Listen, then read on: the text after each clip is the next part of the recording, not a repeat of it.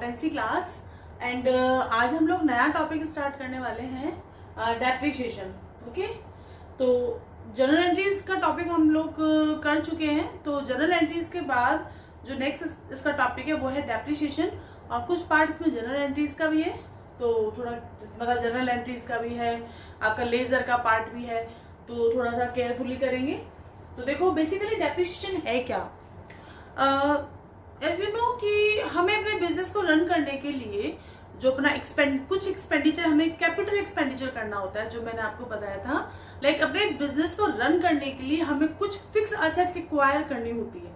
ठीक है, fix assets इसलिए एक्वायर करनी होती है क्योंकि उससे हमारे बिजनेस की लॉन्ग टर्म की ग्रोथ है ना, ग्रोथ उस पर डिपेंड करती है। क्योंकि लंबे समय तक हमें बिजनेस रन करना है तो हम लोग इन्वेस्ट करते हैं फिक्स असेट्स में। ठीक है, अब जब फिक्स असेट्स में हम पैसा इन्वेस्ट करते हैं तो जब हम उसका रेगुलर यूज करते हैं तो उसकी उस असेट्स की वर्किंग एफिशिएंसी रिड्यूस होती है, राइट।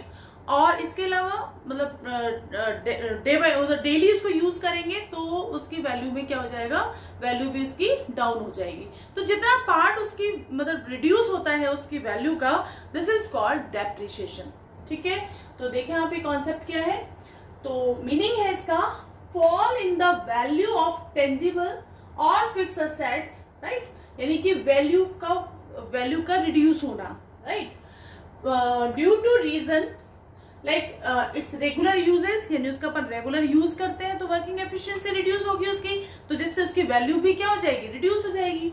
और इसके अलावा इट्स ऑब्सोलेंस, यानी कि वो मान लो आउटडेटेड हो गया है, मशीन जो आपकी आउटडेटेड हो गई है या आपका जो भी असेट्स है वो आउटडेटेड हो गई है, तो उसकी तब भी उसकी वैल्यू क्या हो जाएगी, रिड्यूस हो जाएगी। या फिर एक्सीडेंट हो गया हो असेट्स का, तो वो तब भी उसकी वैल्यू क्या हो जाएगी, मतलब उसकी वैल्यू रिड्यूस हो जाएगी। तो ऐसा सर्टेन रीजन है जिससे कि असेट्स की वैल्यू फॉल हो जाती है, और जो वो वैल्यू में जो भी इसका मतलब रिड्यूस होगा वो पार्ट क्या कहलाता है, डेप्रिसिएशन कहलाता है। And this is our expenses, और ये हमारा एक तरीके का क्या है, एक्सपेंसेस है, विच इज हमारा जो हमारे प्रॉफिट को रिड्यूस कर देता है। ठीक है, जो हमारे प्रॉफिट को रिड्यूस कर देता है। एक डेफिनेशन और देख लीजिए इसकी, depreciation is the permanent and continuing diminishing in the quality, यानी कि परमानेंट यानी जो भी असेट्स का जो पार्ट रिड्यूस होता है वो परमानेंटली होता है। ऐसा नहीं कि अभी हो गया बाद में वो वापस से ठीक हो जाएगा। यानी कि जो भी लाइक जैसे हमने कोई सपोज करो हमने कोई व्हीकल परचेज किया, ठीक है ना, मान लो हमने कार परचेज की। अब कार का जो भी वैल्यू रिड्यूस होगी वो परमानेंटली रिड्यूस होगी, राइट। तो ये क्या है, जो डेप्रिसिएशन यानी जो वैल्यू रिड्यूस होती है वो परमानेंटली होती है ना, और कंटिन्यू लगातार होती है, यानी जब लगातार आप यूज करेंगे तो लगातार उसकी वैल्यू क्या हो जाएगी, रिड्यूस हो जाएगी। डिमिनिशिंग यानी रिड्यूस होना, ठीक है। इन द क्वालिटी, उसकी क्वालिटी रिड्यूस हो जाएगी, क्वांटिटी और वैल्यू ऑफ एन असेट्स, और उस असेट्स की वैल्यू भी रिड्यूस हो जाएगी। तो ये इसका बेसिकली डेफिनेशन है। देन आफ्टर हमें अपने अकाउंट्स में डेप्रिसिएशन की वैल्यूएशन करने की रिक्वायरमेंट क्यों है, क्यों हमें डेप्रिसिएशन को कैलकुलेट करना होगा, और क्यों हमें इसको अपनी बुक में प्रेजेंट करना होगा। लाइक हमने ठीक है असेट्स परचेज कर ली, तो हमें क्या ऐसा नेसेसरी है जो हमें ये स्टेप उठाना होगा। तो देखो क्या ऑब्जेक्ट है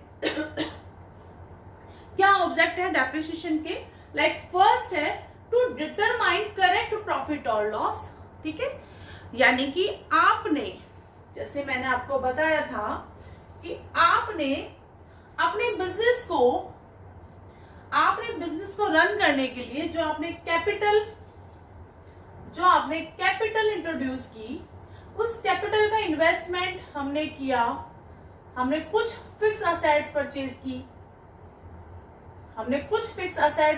की, राइट, कुछ हमने गुड्स परचेज किया, ठीक है, कुछ हमने अदर जो एक्सपेंडिचर करने के लिए वर्किंग कैपिटल अपने बिजनेस में सेव करके रखी। यानी कैपिटल का बहुत एक ह्यूज अमाउंट हमारा किस में इन्वेस्ट होता है, फिक्स असेट्स में। तो अब जब हमने बिजनेस स्टार्ट किया तो हमने कैपिटल इंट्रोड्यूस की बिजनेस में। अब उस कैपिटल का जहां जहां इन्वेस्टमेंट हुआ उससे जो जो रिटर्न मिलना था वो हम उसको कैलकुलेट करने के बाद ही हम ईयर एंड में ये फाइंड आउट करते हैं कि लाइक प्रॉफिट हुआ या लॉस हुआ। ठीक है, तो यदि हम इस डेप्रिसिएशन की वैल्यूएशन नहीं करते हैं तो हम एग्जैक्टली जो हमारा प्रॉफिट है या जो लॉस है हम उसको इजीली मतलब एग्जैक्टली हम उसको फाइंड आउट नहीं कर पाएंगे। ठीक है, तो आपको अपने करेक्ट प्रॉफिट एंड लॉस के लिए आपको जितने भी आपके during the operating function of your business जो भी आपके एक्सपेंसेस हुए हैं उन एक्सपेंसेस को, जो भी लॉसेस हुए उन लॉसेस को आपको बिल्कुल उसको लिखना जरूरी है। ठीक है, तो इसलिए हमारा जो प्रॉफिट है और लॉस है तभी हम उसको डिटरमाइन कर पाएंगे। Exactly, then after to show true and fair views of the financial position. इसके अलावा हमारे बिजनेस में मैं जैसे कि आपको हम लोग बीएसटी में भी पढ़ते हैं इस टॉपिक को कि जो हमारी फाइनेंशियल पोजीशन है ना किसी भी बिजनेस की, वो जैसे स्टार्ट किया हमने बिजनेस, उसके बाद हमारा जो भी प्रॉफिट होगा, यदि हमारे बिजनेस में प्रॉफिट होता है तो जाहिर सी बात है वो हमारे कैपिटल को इनहेंस करेगा, राइट। इसके अलावा अब हमने अपना बिजनेस स्टार्ट कर दिया तो कुछ हमारा इन्वेस्टमेंट किस में है, हमारी असेट्स के अंदर भी है। ठीक है, तो इधर हमारी कैपिटल भी बढ़ेगी। इसके अलावा हमारा यहाँ पर मतलब सेकंड पार्ट में अपना असेट्स है वो पार्ट भी अपना इंक्रीज होगा। तो कहने का मेरा मतलब ये है कि हमारी जो फाइनेंशियल पोजीशन है आफ्टर 1 ईयर और एवरी ईयर, ठीक है, और एवरी ईयर हमारे फाइनेंशियल पोजीशन क्या है। लाइक जैसे मान लो मैंने फर्स्ट ईयर कोई असेट्स परचेज की, कोई मशीनरी मैंने परचेज की 2 लाख की, ठीक है, 2 लाख की मैंने मशीनरी परचेज की और 1 ईयर उसको यूज करने के बाद मान लो 10% उसकी कॉस्ट डिक्रीज हो जाती है, यानी कि रिड्यूस हो जाती है। ठीक है, देखो आप दोबारा समझो कि मैंने कोई मशीन मैंने 2 लाख की परचेज की और मैं मानती हूँ मुझे मतलब मेरे अकॉर्डिंगली जो डेप्रिसिएशन चार्ज होना चाहिए 10% चार्ज होना चाहिए एवरी ईयर। ये हर साल कैलकुलेट होता है ना एवरी ईयर। ठीक है, तो एवरी ईयर जो डेप्रिसिएशन चार्ज होगा 10%, यानी कि 10% मेरी असेट्स के वैल्यू रिड्यूस हो जाएगी। ठीक है, तो इसका 10% कितना आया 20,000। तो मेरी जो असेट्स की वैल्यू कितनी रह गई आफ्टर 1 ईयर 180,000। ओके, तो ऐसे ही मुझे हर साल इसको कैलकुलेट करना होगा। अब एग्जैक्टली मतलब मुझे पता है कि आफ्टर 1 ईयर मेरी जो असेट्स है उसकी वैल्यू कितनी रह गई 180। आफ्टर 5 ईयर मुझे पता होगा एग्जैक्टली मेरी मतलब मुझे उसके बेस पर मेरी असेट्स है जो यदि मैं उसको सेल करना चाहूँ तो मुझे कितना पैसा उसका रिटर्न होगा। आप ऐसा समझें लाइक जैसे कि मेरे पास एक स्कूटी है, ठीक है, मेरी स्कूटी मैंने सपोज करो 60,000 की परचेज की। आफ्टर 5 ईयर मैं उसको सेल करना चाहती हूँ, तो मैं सेल करना चाहती हूँ तो मैं मार्केट से उसकी वैल्यूएशन करूंगी, है ना, कि मुझे कितना अमाउंट उसका मिल जाएगा, क्या मेरी कंडीशन है गाड़ी की, तो उसके हिसाब से मुझे उसका वैल्यू मिलेगा। तो यहाँ पर ये जो डेप्रिसिएशन का ये बिजनेस, क्योंकि बिजनेस में एक लार्ज स्केल पर चीजें होती है, हम लोग तो एक हाउस होल्ड पर्पज से हमने चीजें ली तो हम इसका जो मेंटेन करके नहीं रखते, लेकिन बिजनेस में हर असेट्स की वैल्यूएशन की जाती है। तो आफ्टर 5 ईयर यदि इस मशीन को सेल किया जाएगा तो एक बेस तो है अपने पास, लाइक कि इतने की मेरी असेट्स को सेल किया जा सकता है और उस बेस पर हम ये फाइंड आउट करेंगे कि वो असेट्स यदि उससे ज्यादा में सेल होती है तो प्रॉफिट, कम में सेल होती है तो लॉस। कहने का मतलब है कि यदि मैं हर साल ये फिगर आउट करती रहूं कि मेरी असेट्स की वैल्यू आफ्टर 1 ईयर क्या है, आफ्टर 2 ईयर क्या है, आफ्टर 3 ईयर क्या है, तो मुझे अपनी मार्केट में उस असेट्स को सेल करना, ठीक है, या मैं मतलब मुझे वो उसको फिगर आउट करना मेरे लिए आसान रहेगा। तो कहने का मतलब है कि true and fair view of the financial position, यानी कि आपकी जो भी असेट्स है उसकी ट्रू एंड फेयर व्यूज को प्रेजेंट करता है यदि हम डेप्रिसिएशन मतलब डेप्रिसिएशन को हम एक प्रॉपर मैनर में हम चार्ज करते हैं। ठीक है, देन आफ्टर है to determine cost of production. Cost of production in the sense कि आप जैसे हम प्रोडक्शन वर्क में यदि इंडल्ज हैं तो जाहिर सी बात है हमने बहुत ज्यादा इन्वेस्टमेंट अपनी मशीनरी में, प्लांट एंड मशीनरी में किया होगा, राइट। अब जब हम प्रोडक्शन मतलब कि प्रोडक्शन हम कर रहे हैं तो हमारी वो मशीनरी वो असेट्स हमारे यूज में तो आ ही रही है ना। तो हमको अपनी प्रोटेक्शन के एक्चुअल कॉस्ट को यदि कैलकुलेट करना है, तो हम जब कॉस्ट को कैलकुलेट करेंगे तो हम उसमें डेप्रिसिएशन का अमाउंट भी क्या करेंगे, उसमें इन्वॉल्व करेंगे। तो ये तब भी ज्यादा जरूरी है कि हमको ये फाइंड आउट हो जाए कि एक्चुअली मेरी जो प्रोटेक्शन की कॉस्ट है वो क्या होगी, राइट। तो इस बेस पर भी हमें डेप्रिसिएशन कैलकुलेट किया जाना चाहिए। नेक्स्ट है to provide fund for replacement. ठीक है, अब हमारा ये जो कॉन्सेप्ट है ना, आपको हमने जब कॉन्सेप्ट पढ़ाया था तो आपको पता है कि ये हमारा जो डेप्रिसिएशन का कॉन्सेप्ट है ये हमारा प्रूडेंस कॉन्सेप्ट पर है। प्रूडेंस कॉन्सेप्ट क्या था? प्रूडेंस कॉन्सेप्ट ये था कि जितने भी जितने भी एक्सपेक्टेड लॉसेज हैं, जितने भी फ्यूचर एक्सपेक्टेड लॉसेज हैं, आप उनको वैल्यूएशन करेंगे, चाहे आपके एक्सपेक्टेड प्रॉफिट है, आप चाहे कितने भी हो, मतलब प्रॉफिट और इनकम कितनी भी एक्सपेक्टेड है उसको हम अपने अकाउंट्स की बुक में मेंशन नहीं करते, लेकिन जो भी एक्सपेक्टेड लॉसेज है उनको हमें अपने अकाउंट्स बुक में रिकॉर्ड करना होगा। ठीक है, तो to provide fund for replacement, okay, तो हर साल हमारी जो असेट्स है वो रिड्यूस होगी और हमें पता भी है कि कितना % रिड्यूस होगी। तो जनरली बिजनेसमैन क्या करते हैं, जैसे जो फिक्स असेट्स है उसमें तो आपको पता ही है कि ह्यूज अमाउंट एक इन्वेस्ट होता है। तो एक मान लो 5 साल बाद सपोज करो मेरी 10 लाख की मशीनरी है, वो ऑब्सोलेट हो गई है ना, अब मुझे इसको रिप्लेस करना है। अब 10 लाख रुपीज में सडनली अपने बिजनेस से निकालती हूँ, तो ये मेरी जो मेरी बिजनेस की लिक्विडिटी को बहुत ज्यादा इफेक्ट डालेगा, है ना। इतना सारा फंड कहाँ से अरेंज करेंगे हम? तो इसके लिए क्या जाता है, जैसे आपको बताया कि एक्सपेक्टेड लॉसेस को अपन को रिकॉर्ड करना होता है। तो हर साल बिजनेसमैन को पता है कि भाई इतना % तो मेरा डेफिनेटली लॉस हो गया होगा, इतना मतलब जो डेप्रिसिएशन है ये तो लगेगा ही लगेगा। तो बिजनेस में क्या किया जाता है कि उतना % प्रॉफिट का हर साल निकाल कर प्रोविजन फॉर डेप्रिसिएशन में डाल दिया जाता है, यानी कि एक फंड बना दिया जाता है ना, उस मशीन के रिगार्डिंगली। जैसे 2 लाख की मशीनरी है, मैं इस मशीन के लिए एक फंड बना दूंगी, राइट। उस फंड के अंदर मैं वो जो डेप्रिसिएशन का अमाउंट है, यदि हर साल जितना अमाउंट मेरा रिड्यूस हो रहा है, जैसे कि अभी 20,000 है, तो ये तो मेरे को हर साल निकालना आसान रहेगा, लेकिन मैं 2 लाख रुपए निकालूं मतलब 5 साल बाद, तो वो तो मेरे लिए बड़ी टिपिकल कंडीशन हो जाएगी मेरे बिजनेस के लिए।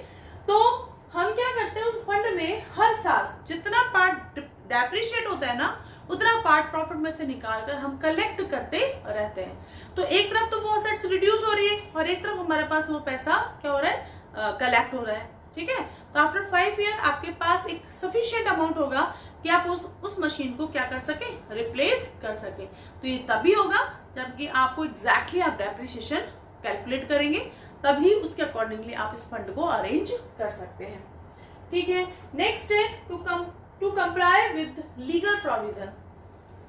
इसका मतलब ये है कि अकॉर्डिंग टू कंपनी एक्ट और इनकम टैक्स एक्ट, राइट, और अदर बिजनेस लॉ के अकॉर्डिंगली कुछ डेप्रिसिएशन फिक्स किया हो हर साल, मतलब डेप्रिसिएशन की रेट फिक्स की जाती है। जैसे कि डेप्रिसिएशन यानी फर्नीचर है उस पर 10% डेप्रिसिएशन चार्ज होगा, और हेवी मान लो मशीनरी है तो उस पर 20% डेप्रिसिएशन चार्ज होगा। तो ये क्या है कि कुछ परसेंटेज डिसाइडेड है बाय लॉ।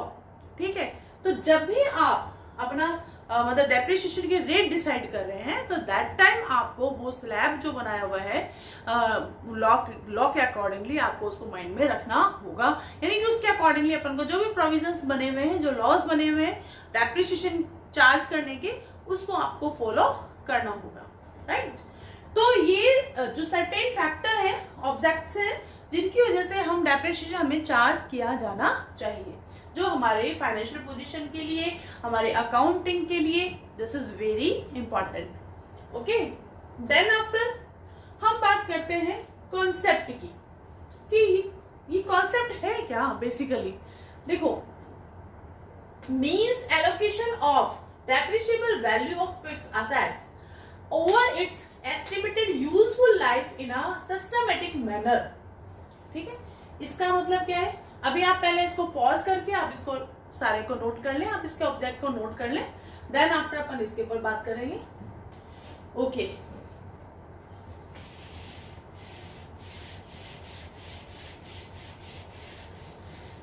हाँ जी, तो कॉन्सेप्ट क्या है बेसिकली, जैसे कि मैंने आपको बताया on 1 April 18 a machine purchase, मान लो हमने 4 लाख की मशीन परचेज की, ठीक है, and account closed 31 March every year, हर साल 31 मार्च को हमारे अकाउंट्स क्लोज होते हैं। एंड डेप्रिसिएशन जो चार्ज किया जाएगा, डेप्रिसिएशन चार्ज 10% पर एनम, ठीक है, हर साल 10% का डेप्रिसिएशन चार्ज किया जाएगा, ठीक है। तो फर्स्ट ईयर ऑन 1 अप्रैल 18 हमारी जो मशीन की कॉस्ट है कितनी है, 4 लाख, ठीक है। और हम ऐसा मानते हैं कि इसका जो चलो 10% इसको डेप्रिसिएशन चार्ज करेंगे अपन, कितना आएगा 40,000, कितनी कॉस्ट हो गई 3,60,000, राइट। इसके बाद डेप्रिसिएशन अगेंस्ट चार्ज होगा 31 मार्च को, हर साल क्लोजिंग ईयर पे चार्ज होगा ये, तो ये 31 मार्च 19 को चार्ज होगा, ठीक है। देन आफ्टर ये 31 20 को चार्ज होगा, राइट। इसका 10% लगा लो आप, 36,000, कितनी वैल्यू बच गई 3,20,000, फिर है 31 2011, फिर डेप्रिसिएशन चार्ज होगा 32,400, ठीक है। तो यानी कि ऐसे हम डेप्रिसिएशन को चार्ज करते जाएंगे, है ना, जितने साल तक इसको चार्ज करने के लिए बोला जाएगा, या फिर जितने साल की इसकी वैल्यू इसकी मतलब यूज में होगी, आएगी या नहीं, है ना। तो अब आप देखो ये क्या कह रहा है कि depreciable value of fixed assets, यानी कि जो इसकी डेप्रिशिएबल वैल्यू है ना, लाइक 40,000, 36,000, 32,400, है ना, तो ये क्या है, डेप्रिशिएबल वैल्यू है। Depreciable value of fixed assets over it's estimated useful life in a systematic manner, यानी कि इस कॉन्सेप्ट में क्या जाएगा कि जो फिक्स्ड असेट्स है इस पे जो डेप्रिशिएबल वैल्यू है ना, उसको हम जितने साल का उसका टाइम है उस असेट्स का, लाइक हमें पता है कि ये मशीनरी हमारी 10 साल वर्किंग कर जाएगी, तो वो क्या है उसका यूजफुल लाइफ टाइम है ना, तो उतने समय तक, है ना, उसको मतलब जो मशीन की कॉस्ट है ना, जितने यूजफुल लाइफ है उसको उतने समय में हमने क्या कर दिया, एलोकेट कर दिया, इसको बांट दिया। लाइक जैसे 2 लाख की मशीन है, तो मुझे ऐसा लगता है कि मान लो मेरी मशीन मान लो 5 साल चल जाएगी, तो 5 साल में जब मैं उसको डेप्रिशिएट करूंगी तो उसकी जो वैल्यू है मशीन की वो 5 सालों में क्या हो जाएगी, डिवाइड हो जाएगी, ठीक है। तो बेसिकली ये कॉन्सेप्ट ये है कि जो वो लॉस है ना, उस लॉस को किसी एक साल में उसको कैलकुलेट ना करके, सॉरी, जो ये लॉस या एक्सपेंसेस है इसको किसी एक साल में कैलकुलेट ना करके उसको पूरी यूजफुल लाइफ जो उसकी है उसमें उसको एलोकेट करना, यानी हर साल उसको मतलब कि हर साल उसके जो है कैलकुलेशन उसको करना है, ठीक है। तो ये क्या है, this is the expenses, again ये ध्यान रखना, ये क्या है, expenses, right. This is the expenses charge against profit, यानी कि ये क्या है, हमारे प्रॉफिट के अगेंस्ट एक चार्ज है, यानी कि ये हमारे प्रॉफिट को हर साल रिड्यूस कर देता है। प्रॉफिट अगेंस्ट चार्ज का मतलब क्या है, यानी प्रॉफिट में से उस जो वैल्यू को रिकवर किया जाएगा, तो this is charge against profit, यानी प्रॉफिट को रिड्यूस कर देता है ना, हर साल। बेसिकली इसके बाद चीज है फैक्टर और बेसिस ऑफ प्रोवाइडिंग डेप्रिसिएशन, यानी कौन कौन से फैक्टर है, कैसे कैलकुलेट करेंगे हम। तो फर्स्ट ऑफ ऑल तो हमारे पास हिस्टोरिकल कॉस्ट ऑफ असेट्स हमारे पास होनी चाहिए, यानी कि हिस्टोरिकल कॉस्ट का मतलब क्या है कि हमने जब भी अपनी असेट्स को परचेज किया है, तो जिस भी वैल्यू में परचेज किया है, this is called historical cost of assets, okay. Then after estimated residual value और स्क्रैप वैल्यू, है ना, ये क्या है कि आफ्टर, ठीक, इसका मतलब ये है कि हमें लगता है जैसे हमारी मान लो असेट्स 5 ईयर उसका यूजफुल लाइफ है, यानी 5 साल हमारी जो असेट्स है वो हमें मतलब हमारी उसकी वर्किंग एफिशिएंसी हमारे लिए रहेगी। आफ्टर 5 ईयर हमको डेफिनेटली उस मशीन को रिप्लेस करना होगा, ठीक है। तो इसके बाद जो भी वो असेट्स है, जो भी वो मशीनरी है, उसकी जो भी वैल्यू हमें मिलेगी, अब उसको क्या बोला जाता है, scrap value. Scrap value in the sense अब वो क्या स्क्रैप बचा आफ्टर 5 ईयर, यानी कि उसकी वो मशीन है वो वर्किंग कंडीशन में नहीं है, तो उसका जो भी लास्ट वैल्यू मिलेगा ना, this is called scrap value. ठीक है। फिर है useful life of the assets. आपको पता होना चाहिए कि आपके असेट्स की यूजफुल लाइफ कितनी होगी। लीगल प्रोविजन यानी अकॉर्डिंग टू लॉ जितने भी डेप्रिसिएशन की जो भी रेट फिक्स की गई है, आपको उसके अकॉर्डिंगली ही डेप्रिसिएशन रेट चार्ज करना होगा। ठीक है। तो ये क्या है, आपके फैक्टर है। इन फैक्टर के base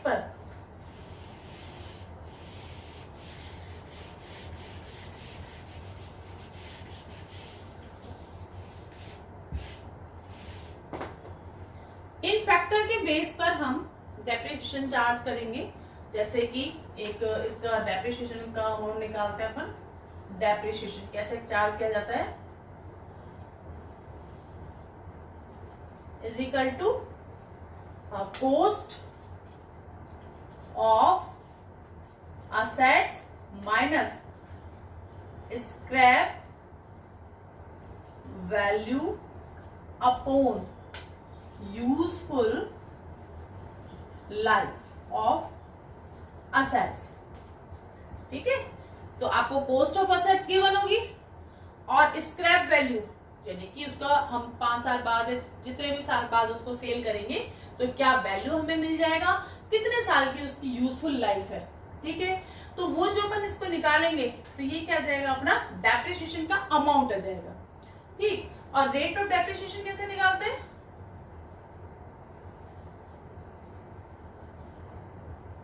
is equal to depreciation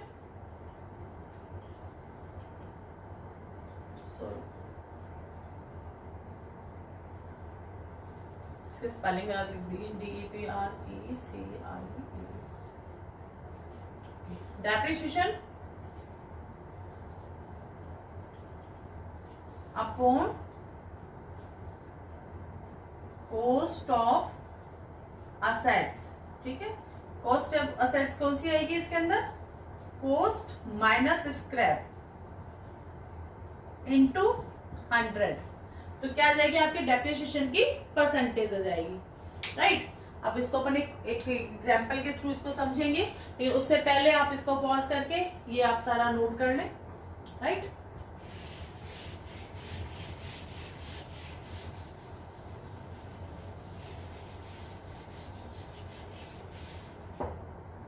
जैसे कि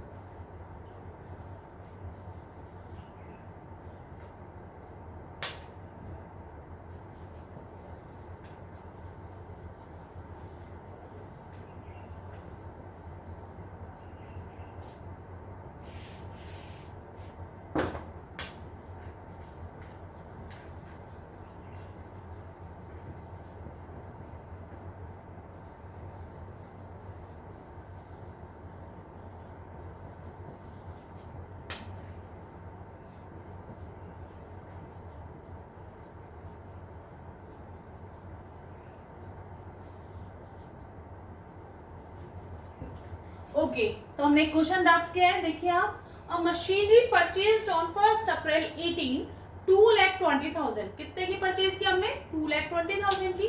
अकाउंट्स क्लोज हो रहे हैं हमारे 31 मार्च एवरी ईयर, है ना।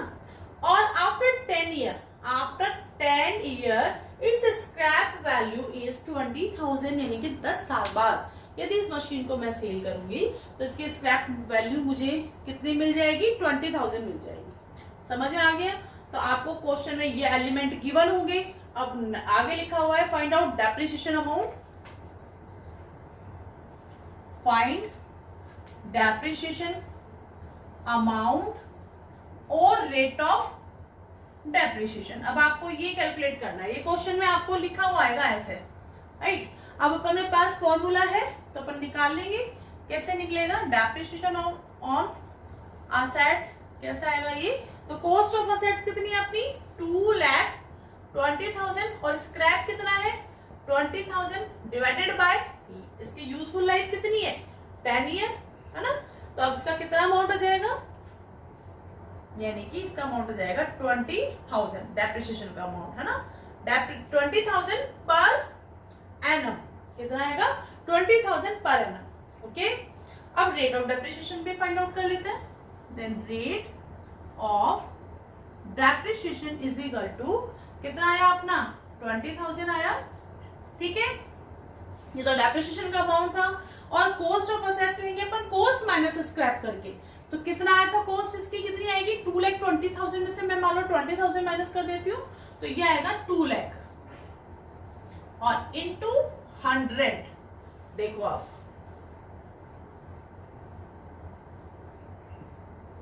कितना आया? 10% आ गया। यानी कि हर साल हम 10% यदि इसको एप्रिशिएट करेंगे तो 10 साल में जाकर इसकी वैल्यू क्या हो जाएगी? खत्म हो जाएगी। तो ऐसे क्वेश्चन आ सकते हैं जिसमें कि आपको डेप्रिसिएशन का अमाउंट फाइंड आउट करना पड़ेगा। तो आप पॉज करके इसको नोट कर लें, क्योंकि इसका अगला स्टेप होगा कि हमें कितने मेथड से हम डेप्रिसिएशन चार्ज कर सकते हैं और कैसे उसकी हम मतलब उसको रिकॉर्ड कैसे करेंगे। तो फर्स्ट तो ये है कि आप फाइंड आउट कैसे करोगे। तो इसको पॉज कर रहे हैं, आप इसको लिख लें। ये फॉर्मूलाज है, ठीक है। एक तो फॉर्मूला ये हो गया और एक फॉर्मूला ये हो गया आपका, और ये इसका एक एग्जाम्पल है।